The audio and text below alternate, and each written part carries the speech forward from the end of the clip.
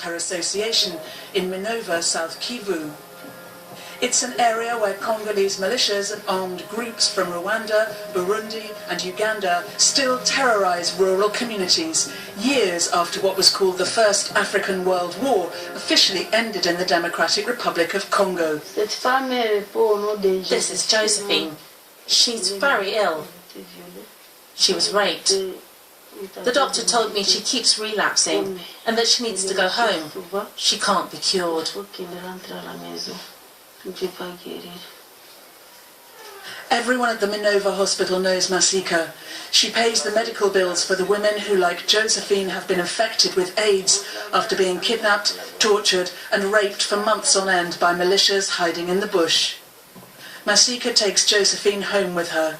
She escaped her tormentors, but only has days left to live.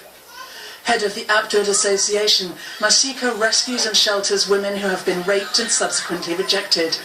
She has also adopted 34 children, all either war orphans or the result of rape. His mother was among the dead bodies I found in a village. The birds had already eaten their eyes. The baby was still suckling his dead mother's breast when I found him. For the last 12 years, Masika has fought to give a future to people who have lost all hope. It's a commitment she made after surviving the unthinkable. In 1998, militiamen murdered her husband before her and raped 2 of their daughters. They made me sit down, completely naked, with 2 guns to my head. When I screamed, they slashed at my face and body with their knives. My whole body is covered with scars. One of them asked if I'd already chewed a bazooka. I said yes. I thought he was talking about bazooka chewing gum. So he took my dead husband's penis and cut it up into small pieces. They forced me to eat all the pieces of my husband's penis.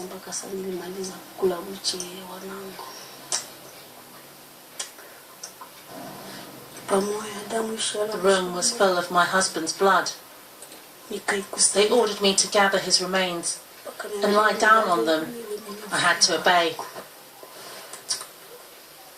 And they started to rape me on the remains of my husband's body.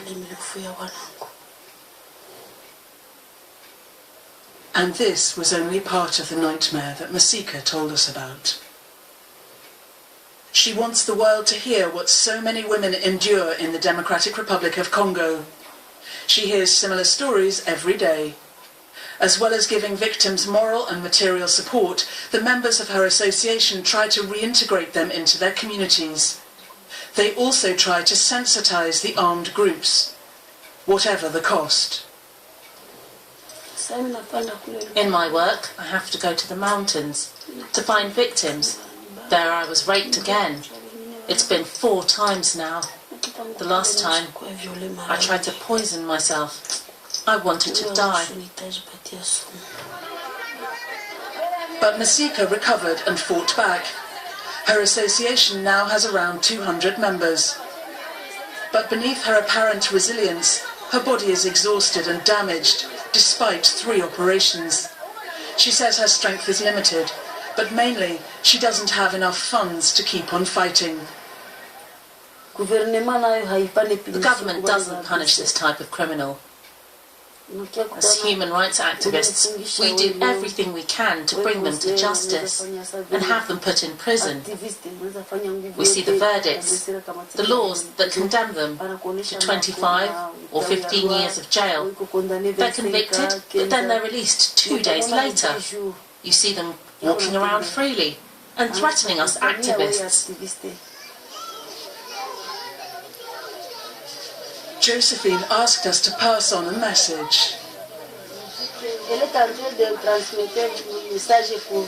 She wants to give you this message. Go and fight. Go and tell the government that other women are still in the forests. She says she knows that she will die tomorrow, but that other women must live.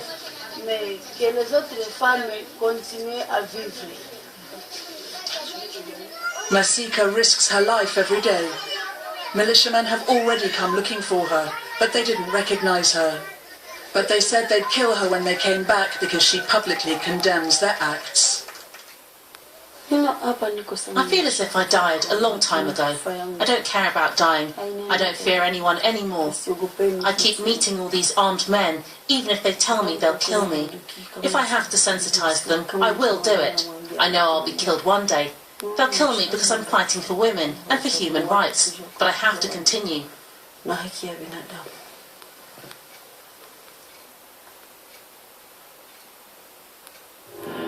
In the next part of this edition, we meet Noella, who is also fighting for justice for her countrywomen.